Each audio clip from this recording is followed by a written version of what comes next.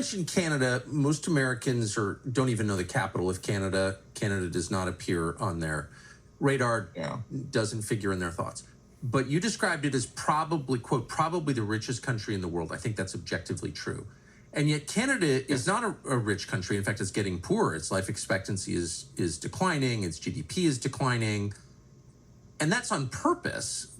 The nation of Canada has been suppressed on purpose. Its population is being killed off by the state through its assisted suicide program, and its population is changing through mass immigration against the will of the population. So that country is being held down on purpose. And my question is, by whom and why? As someone that lives in Canada, I will not lie, that was hard to listen to. The problem is, it's absolutely true. And that is the question. The question is, who is doing this and why are they doing this? I personally think that a lot of this, if not all of it, is purely ideological. There is no economic reality that tells us that we should be doing this to our own population. There's no philosophy. I mean, even if you're doing Keynesian economics is basically just socialism wrapped in a nice bow. It tells you that in order for you to have a good, prospering economic system, the way that you need to do that is to double down on government spending. But we all know, if anyone that pays attention to economics, that the more you increase your government spending, the more you're inevitably going to print more money, and the more that you're going to destroy and devastate your buying power of your citizen.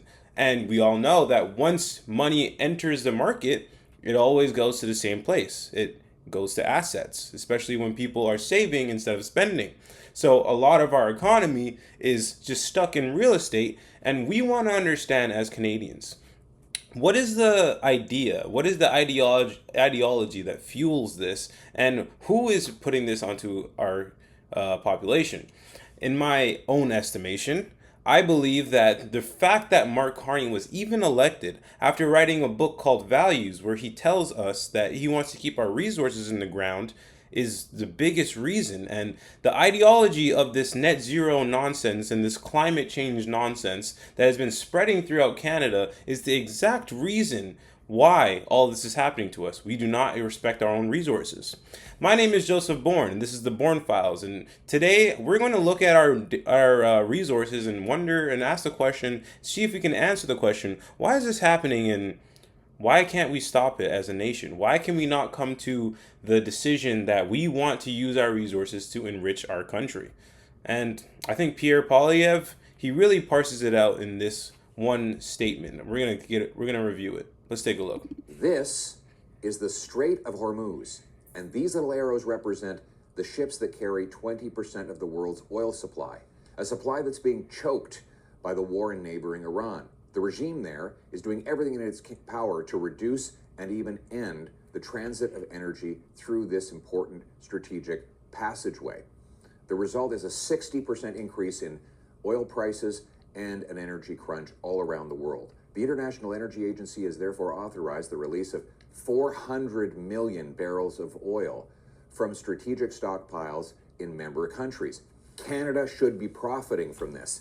We have the world's fourth biggest supply of oil beneath our feet. We are the only G7 nation without a strategic stockpile of oil, even though we have the most oil in that group of nations. As the CEO of the Canadian Association of Petroleum Producers told Reuters, any meaningful new production growth in Canada would require additional pipeline capacity and additional export capacity, which is not available in Canada today. So let's take a look at that report. So there's a report out by Reuters, and they had the CEO of CAP, which stands for the Canadian. This stands for the Canadian Association of Petrol Producers.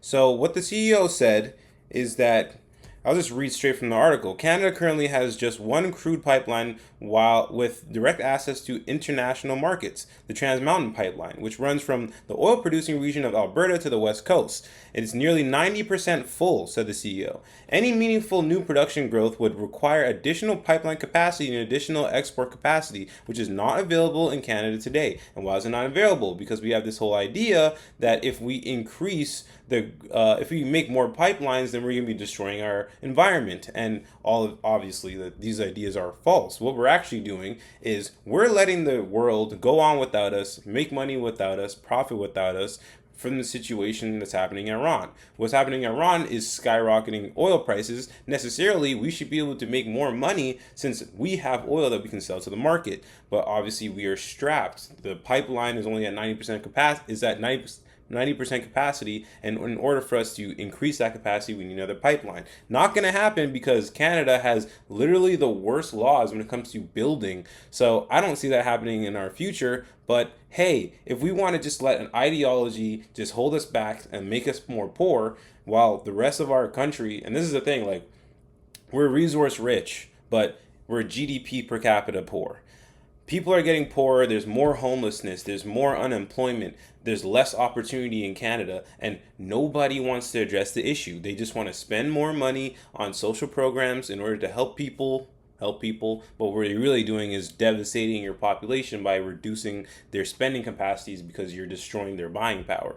So I agree with Pierre on this. On this next clip, he's going to talk about that this is all ideological, and it's 100% true. I wrote the Prime Minister to call for an immediate plan, an energy supply plan, and that plan should include a move towards creating a Canadian-controlled strategic energy and minerals reserve. The result of this reserve would mean, for the future, we'd have the ability to lower consumer costs by releasing some of our oil in key moments of crisis like the one we face right now. It would also allow Canada to profit from higher prices when they strike. Wouldn't that be nice? Third, it would mean more high-paying jobs for Canadian workers. And finally, it would give us unbreakable leverage. The ability to accumulate large amounts of energy would mean that we'd have more negotiating power when we're dealing with other countries who desperately need that energy, particularly in a crisis. The weakness of our economy and the inability to produce, store, and ship our energy is the result of 11 years of liberal anti-development policies and advocacy. You know, it's interesting. I heard from the left, and I actually heard from a lot of people that were thinking about voting for Pierre Poilievre and instead voted for Mark Carney, that the reason why they voted for Mark Carney is because he's an economist, which that's not really what he is.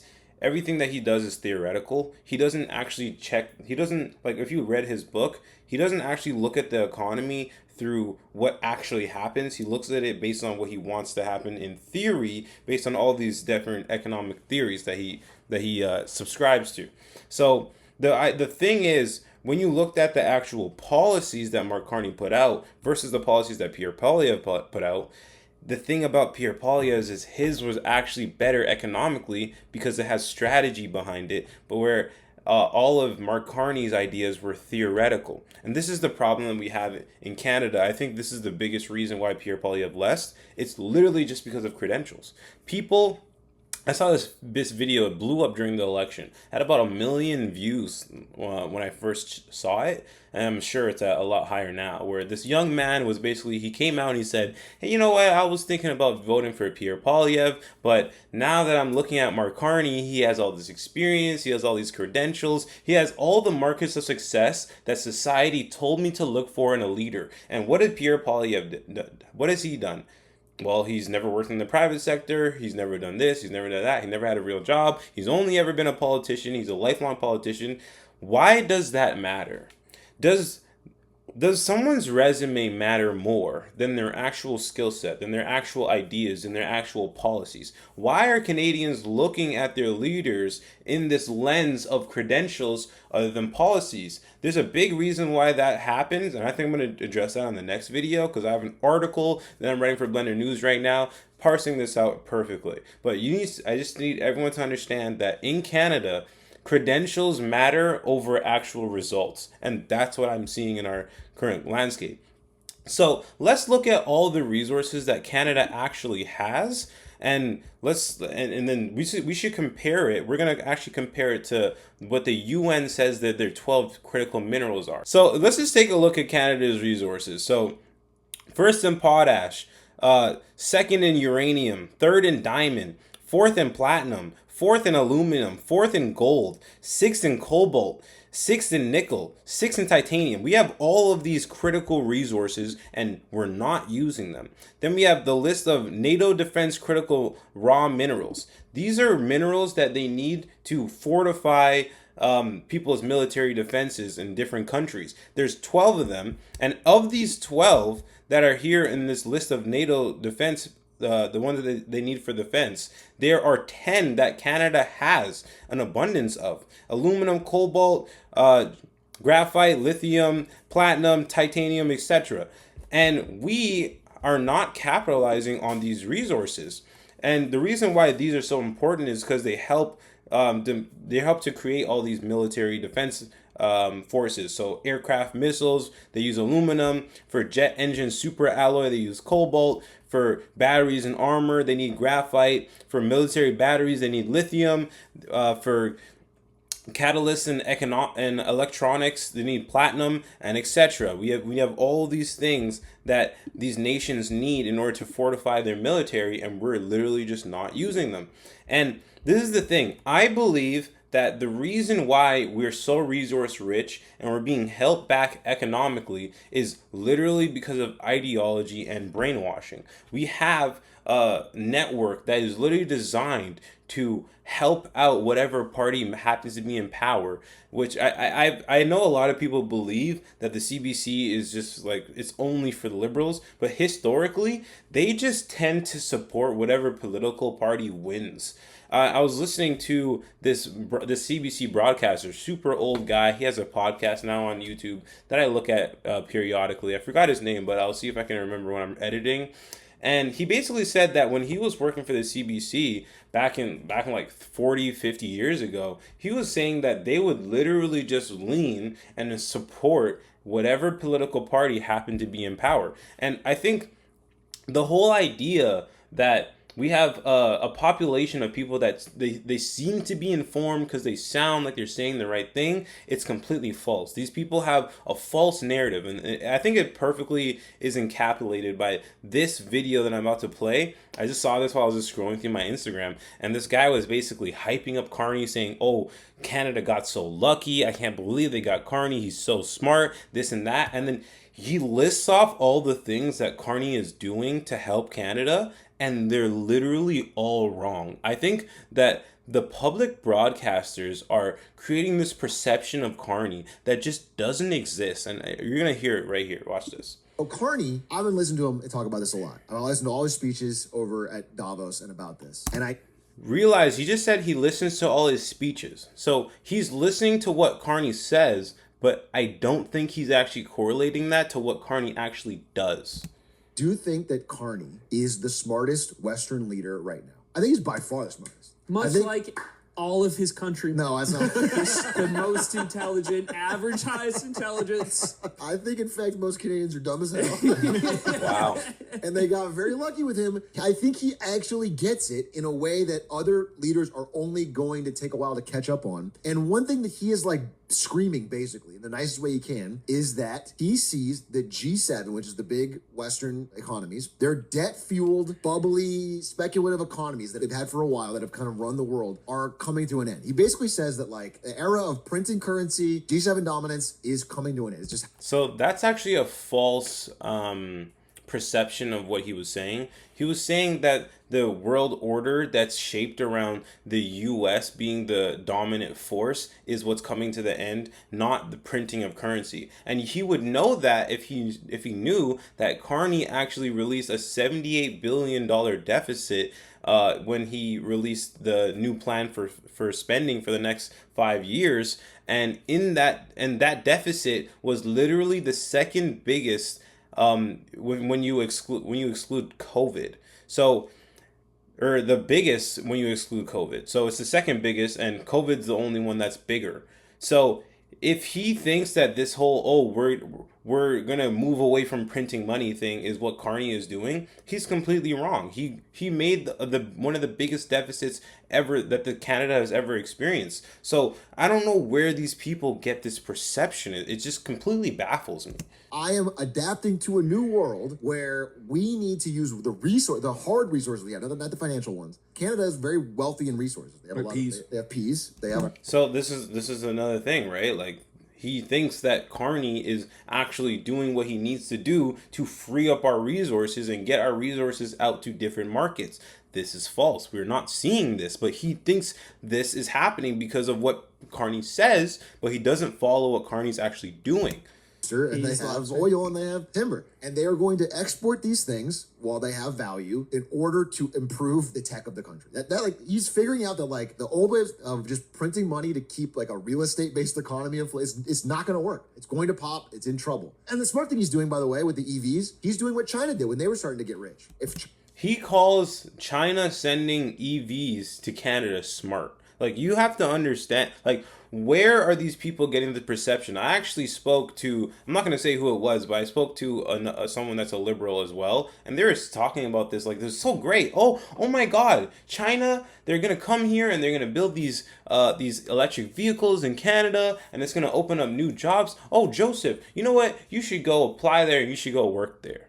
Hell no, I'm not working at no Chinese EV factory. I'm not building spy cars so that they can release them to the population and be controlled and have the data going back to China telling us where we're at and all this stuff. Like, we're not doing that. And that's the thing too.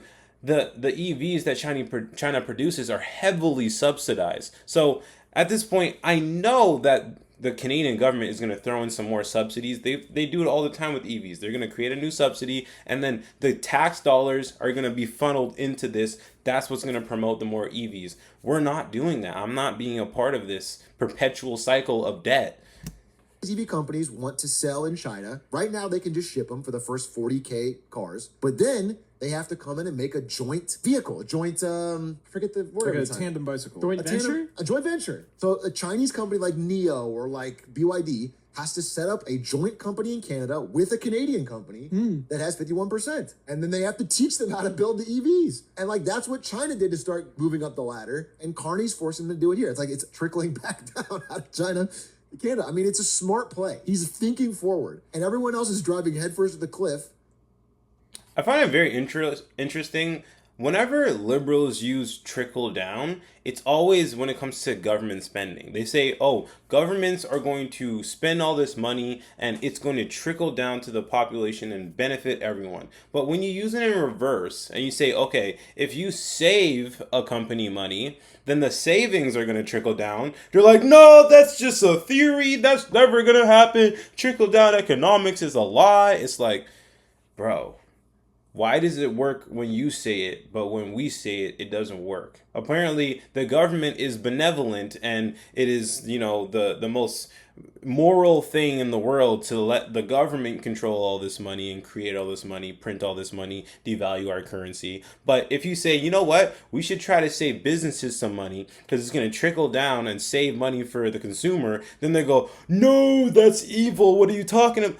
It doesn't make sense. But that's the thing, like, the logic that I hear from typical liberals, it just doesn't make sense. And I think that it's really telling that Carney is not doing what he needs to do in order to make our country richer. He is not making a country where it's easier for people to flourish and make more money, and that is being very much so proven by the mass exodus of high earners in Canada. A report just came out. The Bank of Canada research paper found that up to 40% of Canadians whose earning ability would place them in the top 1% may be living outside of Canada, especially in the US. So what does that mean? It means that people that are Canadian and would be living in Canada if not for our laws bootstrapping them and our tax system destroying their wealth, they would still be living in Canada, but 40% of them moved to other places, mostly the US, and those were our top 1%. And this is the thing with the whole tax the rich thing. People say, oh, well, if you tax the rich, they don't actually leave because most of the resources that they need are going to be in the country that they're at, and that's why they're in that country, and that's why their company's in that country in the first place. But here's a problem with that theory. Well, it doesn't account for the fact that in the U.S., let's say you have an oil company in Canada. If you can't get the oil out of the ground, then what's the point of having an oil company in Canada? But if the U.S. says, hey, you can come do fracking over here, you can come do our oil sands or whatever, you can come get oil from our country, then it's pointless to even stay in Canada because there's no point. Why would I stay in Canada and be an oil company if I'm being demonized for getting the oil out of the ground? I'm going to go to a country that lets me get the oil out of the ground. And this happens all the time. Oil companies, they go to where the oil is. They don't stay in the country that's not letting them get the oil out. What happened in the Middle East when oil companies from the U.S. went over there to get their oil? They just went to where the oil is, and this is what they do, and they create deals with these countries because the countries know if we let these companies come in and get our oil out, then we're going to benefit heavily. And this is something that Canada has not gotten through their heads. I really do not understand. But this is the thing, right? We have this ideology that if we tax the rich, then the rich people, they should be taxed more than the poor people. And then the rich see that they're getting taxed more. And what do? They just leave. Here's a study from the Fraser Institute. Top 20% of Canadian income earning families pay 57% of all taxes. So the top 20% pay more than half of the entire country's taxes. Then we tax these people to oblivion even more, even though they're holding up more than half of our tax base. And then these people leave. What do you think is going to happen to all these social programs? What do you think is going to happen with all this government spending? What do you think is going to happen to the deficit? What do you think is going to happen to healthcare? What do you think is going to happen to all of our systems that are built on this progressive tax system?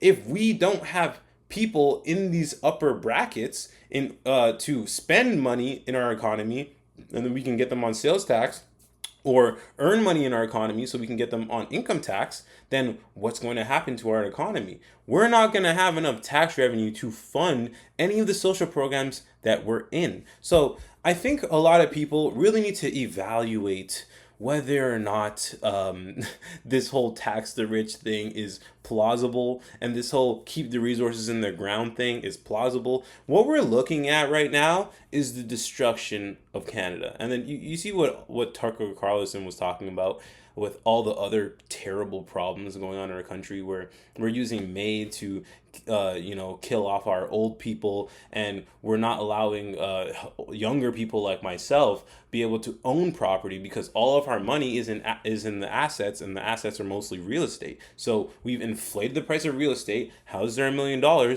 Young people cannot get jobs because the economy is terrible. There's no opportunities. All the people that would be building these companies and would be high earners are leaving the country. We are literally creating the perfect storm. And, the question was why? The question was who benefits?